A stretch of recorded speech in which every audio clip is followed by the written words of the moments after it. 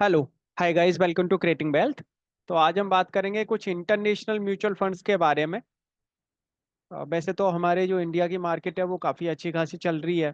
और लेकिन जो लोग म्यूचुअल फंड्स में ही इन्वेस्ट कर रहे हैं या करना चाह रहे हैं या देख रहे हैं कि थोड़ा ग्लोबल जो है कुछ स्टॉक्स में, फॉरेन स्टॉक्स के अंदर इन्वेस्ट किया जाए, कौन कौन से ऐसे म्यूचुअल फंड्स हैं जो आपको इस तरीके की एक अपॉर्चुनिटी प्रोवाइड कराते हैं, जिन म्यूचुअल फंड्स के अंदर ज़्यादातर फॉरेन स्टॉक्स ही अवेलेबल हैं।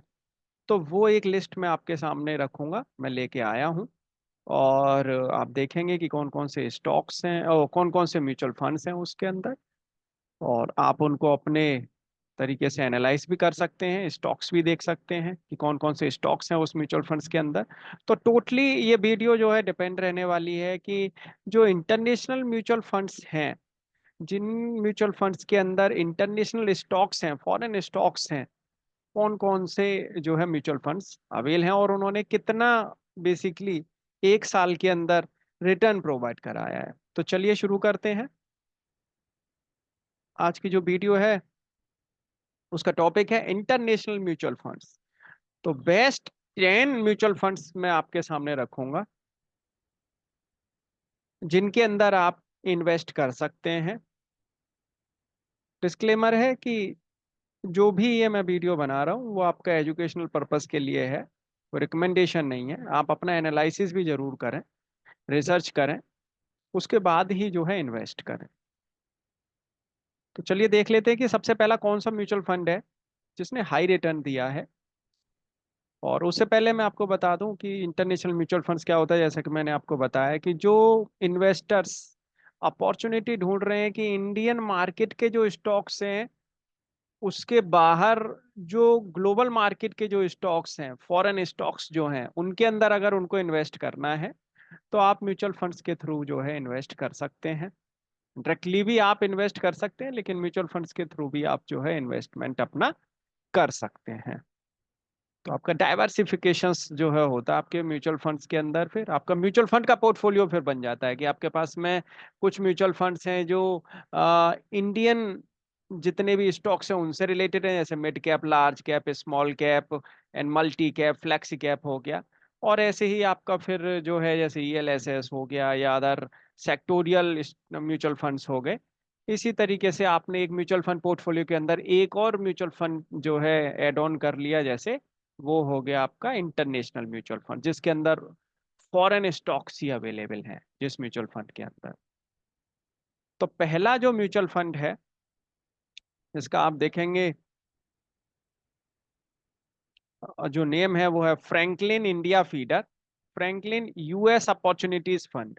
तो यूएस अपॉर्चुनिटीज फंड से इससे ही आप जो है जान रहे होंगे कि यूएस मार्केट के जो स्टॉक्स हैं इस म्यूचुअल फंड के अंदर एग्जिस्ट करते हैं।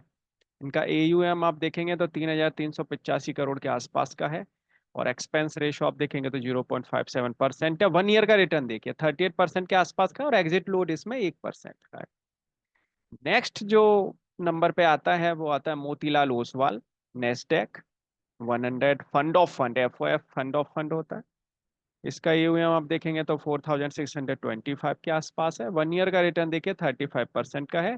और इसमें एग्जिट लोड कुछ नहीं, एग्जिट लोड का भी काफी फर्क पड़ता है कि आपने किसी म्यूचुअल फंड के अंदर अपना इन्वेस्ट किया है तो उसमें एग्जिट लोड है या नहीं। तो एग्जिट लोड पे क्या है कि जब आप उसमें से अपना विड्रॉ करते हैं तो उस पर 1% लगता है।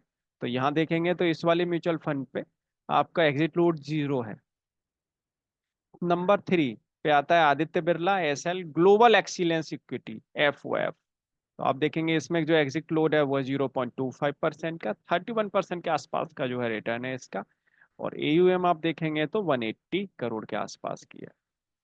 फोर्थ नंबर पे जो है वो है Aditya Birla SL global emerging opportunity fund. AUM हालांकि इनका बहुत कम है, 259 करोड़ के आसपास का एयूएम है, लेकिन रिटर्न आप देखेंगे तो इनका भी 25% के आसपास का है। 1 ईयर का रिटर्न है।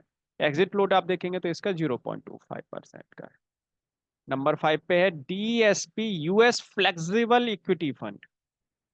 AUM आप देखेंगे 882 करोड़ के आसपास का है, 1 ईयर का रिटर्न है 22% के आसपास का। एग्जिट लोड आप देखेंगे तो इसमें भी 0% का एग्जिट लोड है। तो कभी भी अगर आप कोई म्यूचुअल फंड अगर खरीद रहे हैं तो एग्जिट लोड वाला भी एरिया आपको जरूर देखना चाहिए कि उसके अंदर एग्जिट लोड कितने परसेंट का है। नंबर 6 पे आता है Invesco India global equity income FOF। तो यहाँ पे अगर आप देखेंगे इसका AUM 21 करोड़ का है, ज्यादा नहीं है जो है, एक अच्छा खासा AUM नहीं है। और 1 ईयर का रिटर्न आप देखेंगे तो 21% के आसपास का, एग्जिट लोड देखेंगे तो 1% का है। नंबर 7 पे आता है edelweiss Europe dynamic equity offshore fund. तो यूरोपियन कंट्रीज के जो है इसके अंदर आपको स्टॉक्स दिखेंगे। 84 करोड़ के आसपास का इसका AUM है, 17% के आसपास का इसका रिटर्न है, एग्जिट लोड देखेंगे तो 1% का है।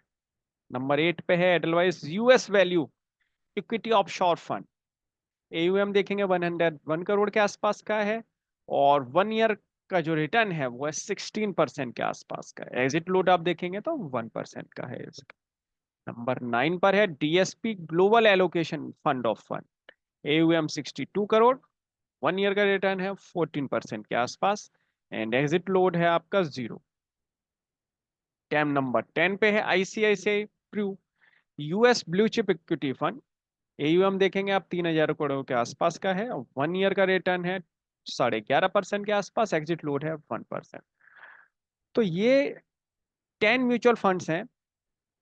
आप बिल्कुल एनालाइज करिए अपना अच्छे से कि अगर आप इंटरनेशनल इक्विटी के अंदर, फॉरेन इक्विटीज के अंदर, फॉरेन स्टॉक्स के अंदर अगर आप अपना पैसा लगाना चाहते हैं तो आप इन म्यूचुअल फंड्स में से कोई म्यूचुअल फंड आप चूज कर सकते हैं। अपना भी एनालिसिस जरूर करिए, उसके बाद में ही इन्वेस्ट करिए। Thank you for watching this video. Video अच्छी लगी हो तो लाइक जरूर करिएगा, चैनल को सब्सक्राइब नहीं किया है तो चैनल को सब्सक्राइब जरूर कर ले। Thank you once again.